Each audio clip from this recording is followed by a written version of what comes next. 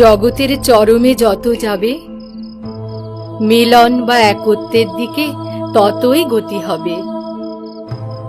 স্থূলেই বৈচিত্র্য বা বিয়োগ, বিরহ সে তো শুধু অভাব জন্য। গুণীজনেরা এই জন্যই বলেন চিদানন্দের ঐকান্তিক মিলন। তাই তো জগতে এত ভালোবাসাবাসী। ভালোবাসাই আদি, ভালোবাসাই অন্ত, ভালোবাসাই ভগবান, আর ভগবানই ভালোবাসা।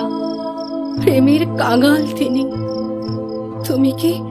তুমি কি পারবে তাকে ভালোবাসতে?